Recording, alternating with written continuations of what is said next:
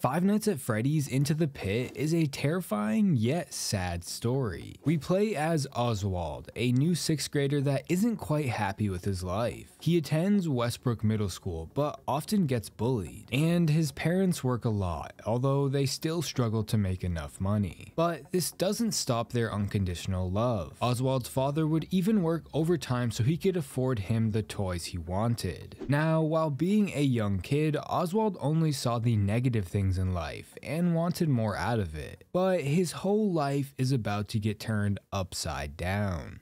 The game begins with Oswald drawing pictures of FNAF characters while thinking to himself, can't something interesting happen around here for once? So Oswald enjoys art, but it seems he feels like he has a boring life and, like I said, is not happy, which is something we will soon learn more about. Him and his father hop in a car and drive over to Jeff's Pizza. This is where Oswald stays while his parents are at work during the summer. This pizza restaurant even has its own arcade and ball pit. However, it's far from fun. The games are mostly broken, the ball pit is closed, the walls are yellow from grease stains, and the pizza is not good. So Oswald is tired of hanging out there and is even excited for school to start so he doesn't have to spend any more time at Jeff's. Unfortunately, this is all their family can afford. Oswald's father used to work at the mill, but it closed down 3 years ago. Losing his job wasn't his fault, but he still felt ashamed of himself and would often apologize to Oswald because he knew how this would affect them financially. So now he has a part-time job at the corner store, but that might not last very long considering everything in this town is either dead or dying. The town is run down and we can see abandoned buildings covered in graffiti, and there are even dead animals that do not get cleaned up. But the family is stuck there because Oswald's grandmother is too weak to handle moving.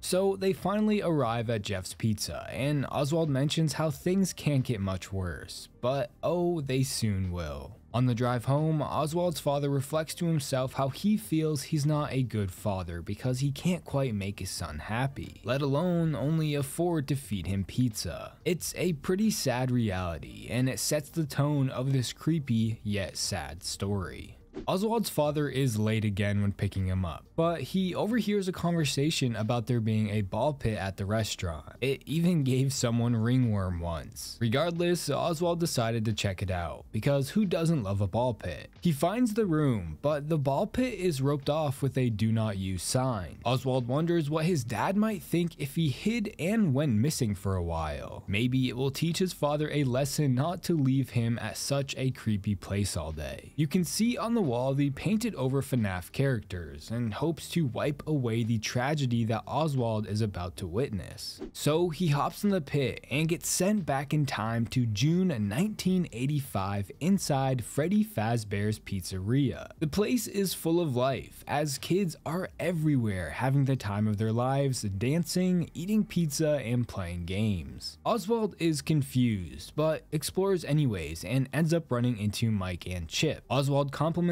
Mike's Future of the Flashback shirt and says how it's his favorite old movie. Chip mentions how that movie only came out about 3 weeks ago. Oswald doesn't realize he went back into the past. The kids joke around and decide to play some arcade games, but right before we see Springtrap open the door behind us, hinting that something bad is about to happen. We head into the arcade room and play some pizza roller with Mike and Chip. While playing, Mike mentions how he's so good at the game only because he is stuck here all the time during the summer while his parents work. This is similar to Oswald's situation. They even go to the same school, considering it's the only one around, and they mention Miss Meacham, a name that we will see again because she is also Oswald's teacher. The boys then decide to play tag, and Oswald finds an old Freddy suit and hides inside. All of a sudden, the power goes out, and Springtrap can be seen on the prowl looking into the suit. Soon after, we hear screaming from everyone else in the building. Parents grab their kids and run for the exits. Oswald investigates only to find everyone is running away to the front door. We soon come across Springtrap again, and and he begins to wave at us, almost as if he's telling us to follow him. So we do just that, because maybe Mike and Chip are with this monster. So we head inside the party room and witness the missing children's incident. Springtrap is standing over his victims and turns around to chase us out. We escape back into the ball pit, and our father yells at us for hiding in that old nasty pit, when suddenly our father gets taken by Springtrap and dragged into the pit. We manage to pull him back out, but this is not our father. His eyes glow blue. He is now possessed by Springtrap.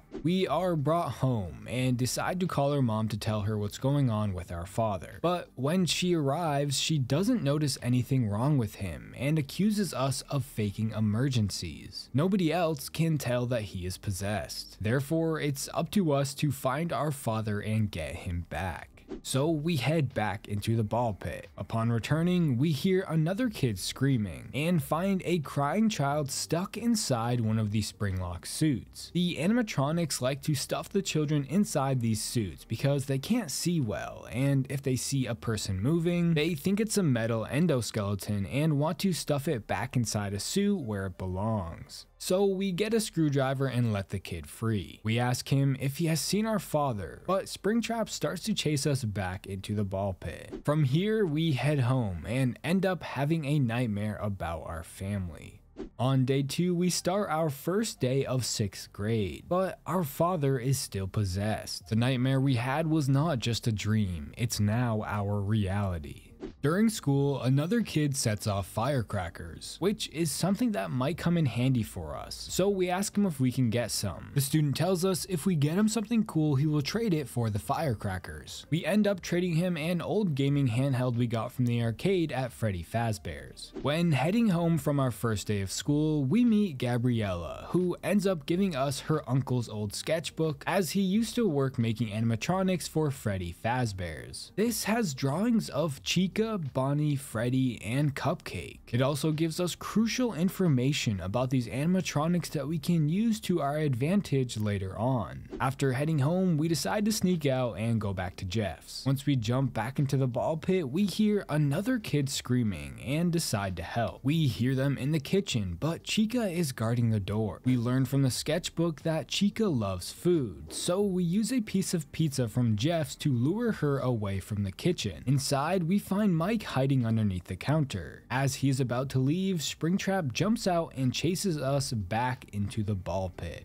The next day, while in school, we start having creepy visions that include Springtrap and the animatronics. This is starting to make Oswald go crazy. He can't stay focused on schoolwork. That being said, Oswald heads back into the ball pit and needs to find a way into the arcade because Bonnie has locked it. Using a key we find, we enter to find Bonnie tying up Chip to an arcade machine that will continuously hit him with a hammer. It's more or less going to torture him. So we need to lure Bonnie out, and to do this we use his guitar, which is something we also learned from Gabby's sketchbook. We rescue Chip as the animatronics come after us, and we escape back into the ball pit. The following day at school, we get bullied, but while this is happening, we start to have another vision again, and the animatronics begin to surround us. To stop it, we hit Freddy, which happened to be the bully, so we run out of the school and immediately go back into the pit. Once inside, we hear yet another kid screaming, so we investigate to find Freddy guarding the security room door. We lure him out using the firecrackers we got from the other student. We know from the sketchbook that Freddy doesn't like bright lights. We enter the security room to save another kid and end up checking the security cameras, but Springtrap is near, so we lure him away only to come back and find that he took the kid and stuffed them inside a freezer. Using the hammer from an arcade game, we break the door and set her free. Springtrap then chases us back into the ball pit.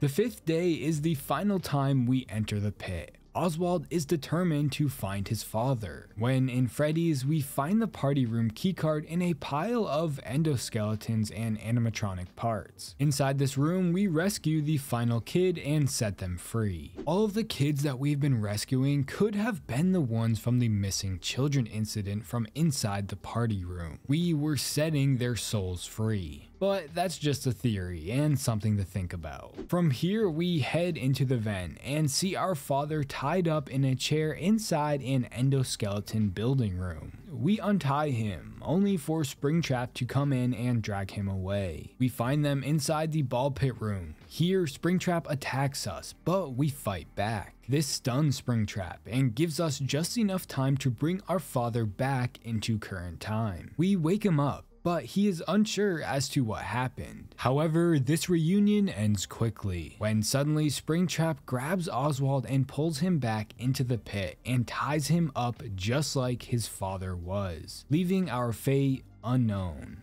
The game then ends, but this is not the only ending. If we fail the first QuickTime event where Springtrap attacks us, things take a different turn. After the attack, we wake up on the main stage unable to feel anything. Our voice is even different. As we walk through the room, we can see the animatronics happily waving at us. It's as if they are welcoming us to our new life. They're friendly now, and at the end of the room is Springtrap. He stands there staring at us as our eyes begin to glow. We are now a ghost child. In the final ending, during the final fight, we drop a photo and Springtrap starts to freak out. It's as if the photo is familiar to him. He follows us through, but gets stuck inside the pit, tangled in the net. We wake our father, but he remembers nothing. So we lie to him and tell him we hid in the ball pit to play a prank on him. We explain how he slipped on a ball and hit his head when he fell. We feel bad and apologize, expressing that we were mad because he was late to pick us up again. But he apologizes as well and goes on about how things haven't been fair for us lately, and it's up to him and our mom to keep us happy. From here, our father suggests it's time to move somewhere better for all of them, even Grandma. After the credits roll, we see Jeff, and he notices blood on the ground, so he follows the blood into the ball pit room only to get attacked by Springtrap. The last thing I want to mention is Oswald's father definitely has involvement with Freddy Fazbear's Pizzeria, and what happened to him was not random, but that's a theory for another video. Did you guys enjoy Into the Pit? Let me know your thoughts in the comments below, and if you like horror game content like this, please consider subscribing. Also, if you want to support the channel more, you can become a member. Don't forget to follow my Twitter at TerrifiedT. Thanks for watching.